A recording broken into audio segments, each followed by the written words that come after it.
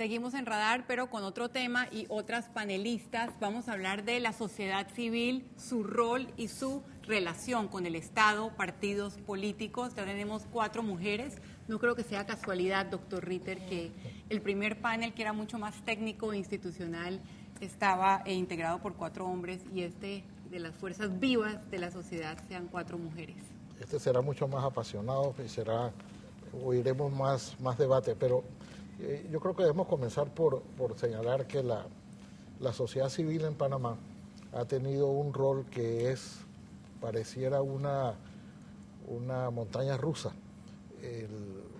Al principio de los años 90, luego de la invasión, cuando se produjeron reuniones importantes, los acuerdos en Bambito, se hicieron algunos con los partidos políticos y la sociedad civil, y luego hubo un auge, si se quiere, porque para la redacción de la ley de la autoridad del canal y del uso de suelo de la autoridad de la región interoceánica se demostró el éxito y se demostró la importancia, la relevancia de la sociedad civil, que cuando juntos con los partidos políticos se produjeron leyes que hasta ahora no han sido modificadas, leyes que contaron con un gran respaldo político, pero un gran respaldo ciudadano también, y la experiencia sirvió muchísimo para otros casos.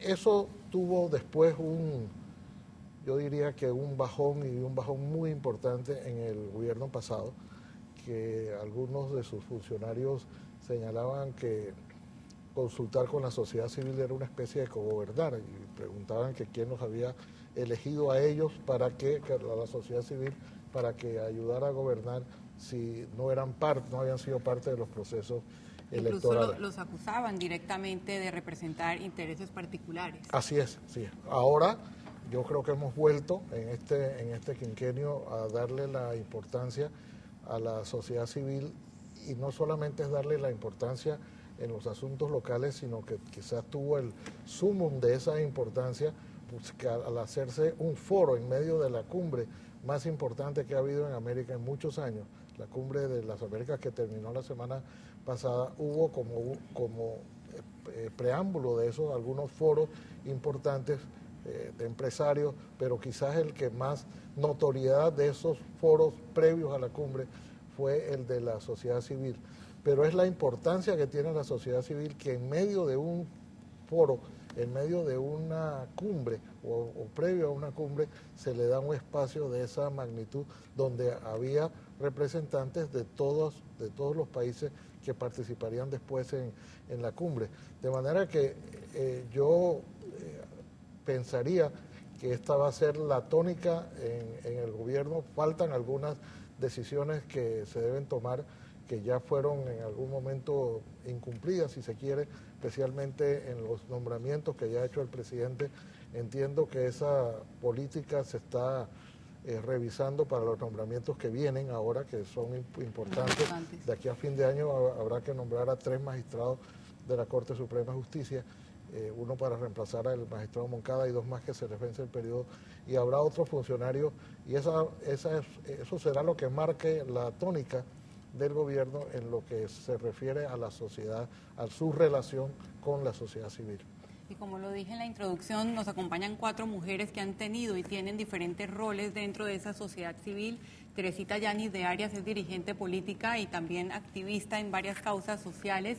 Angélica Maitín fue una de las caras más representativas de la sociedad civil y hoy en día dirige la ANTAI, así que nos va a hablar un poco de esa transición que también algunos señalan como sospechosa, y vamos a hablar un poco de eso. María Chávez de la Red Ciudadana Urbana, una organización relativamente nueva que ha cogido notoriedad en los temas de sociedad civil y de participación, y Magali Castillo, una de las figuras más emblemáticas de la participación en sociedad civil y una de las organizadoras de este foro de sociedad civil. Y empiezo contigo, Magali. Como dijo el doctor Ritter, la cumbre fue una cumbre también para la sociedad civil. Yo quiero resaltar palabras del presidente Barack Obama, que dijo básicamente lo que ustedes como activistas pregonan todos los días, que los países fuertes y exitosos tienen sociedades civiles fuertes y dinámicas. Ese es un discurso que no siempre ha sido apoyado por todos los gobiernos. Así es. y aquí en Panamá como que ese concepto, esa visión de lo que es el rol de sociedad civil ha costado que nuestros sectores políticos lo acepten. Y el espacio que nos dio el Foro de Sociedad Civil fue sumamente importante.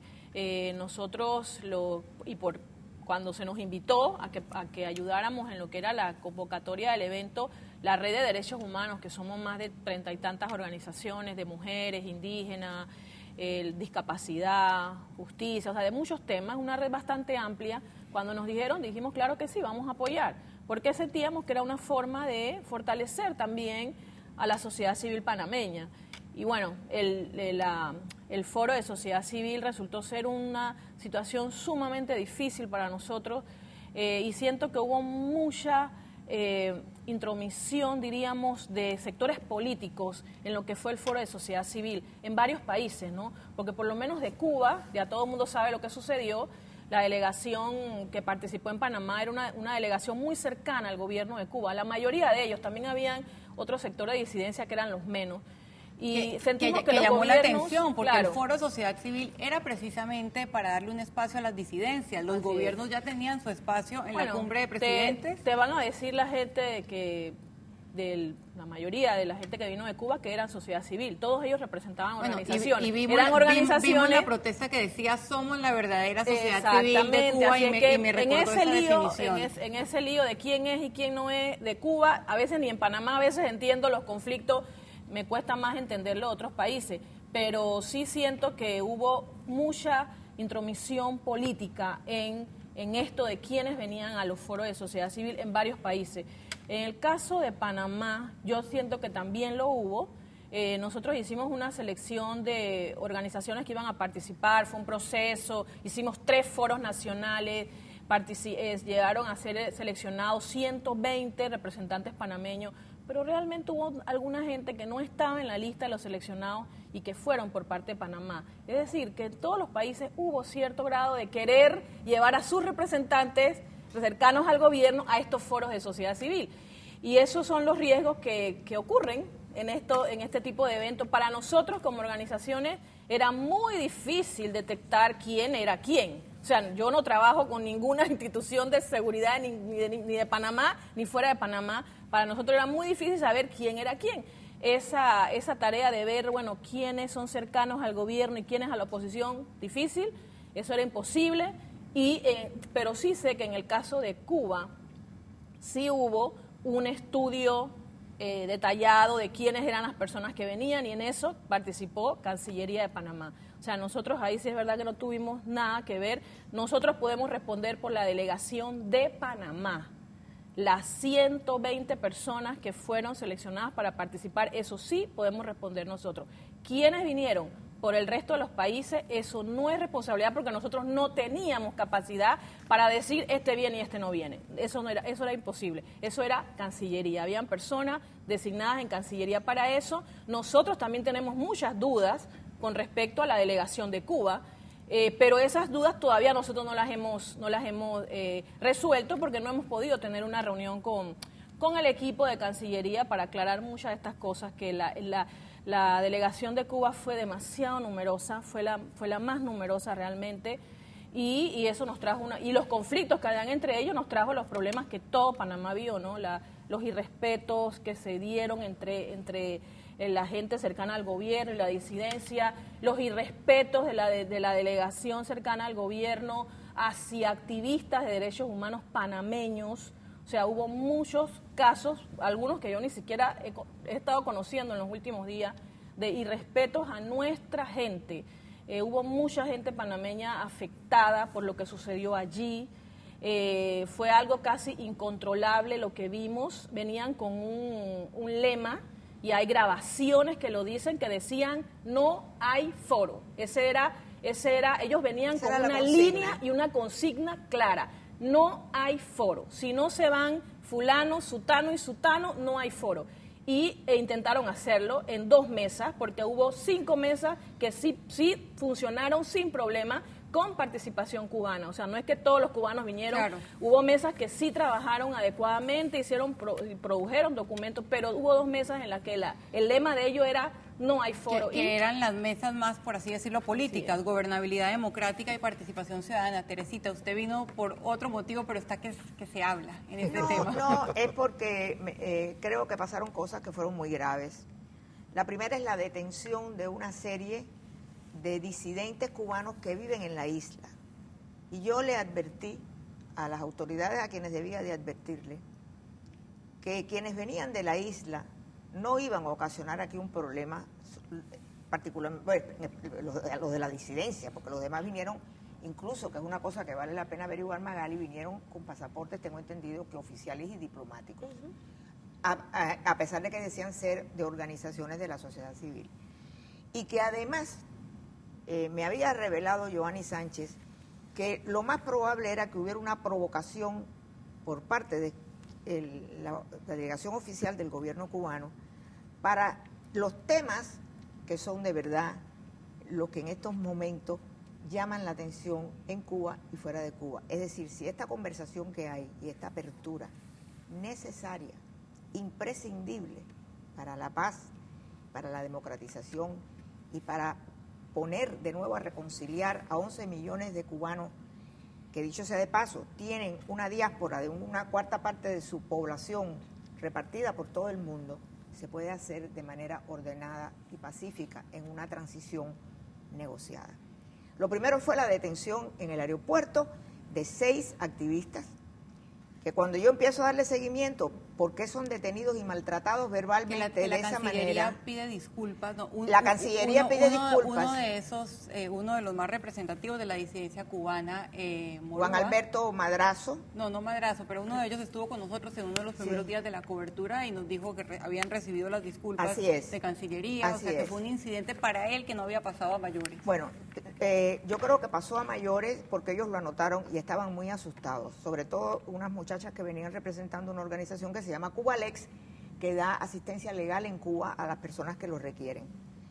Lo que pasa es que cuando yo empiezo a investigar qué ha pasado allí, esto no fue problema de la Cancillería, esto fue problema, como dice Magali, de una serie de desorden, malos entendidos, mala coordinación.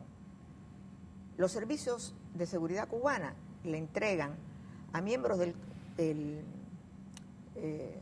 Consejo de Seguridad una lista de personas que son peligrosas, todas disidentes que vienen de la isla. Y sin pasar eso por ningún proceso de averiguar si eso correspondía o no a la realidad, procedieron a maltratarlos, vejarlos y faltarles el respeto en el aeropuerto hasta que el presidente Varela intervino para que eso se resolviera.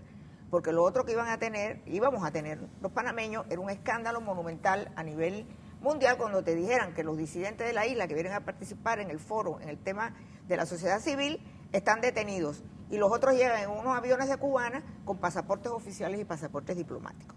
Pero bueno, yo creo que esas son cosas que son parte del aprendizaje que una sociedad que ha estado tan cerrada a la participación democrática y al respeto a los derechos humanos va a tener que ir haciendo según este proceso de transición vaya avanzando. Que se den la isla. Lo que es inaceptable. Lo que iba a decir, ¿no? Que una de las características de una sociedad democrática es esa participación de la sociedad civil y Cuba está en ese proceso de democratización. Bueno, no está todavía en ese proceso. Está en el proceso. Está vislumbrando, soñando con ese Yo creo que esto hay que ponerlo en contexto porque, claro, todo el mundo quiere tener esperanza. Yo le decía hace poco a Magali, un moribundo está esperando que un santo lo cure, que aparezca una droga que lo salve de la muerte inminente.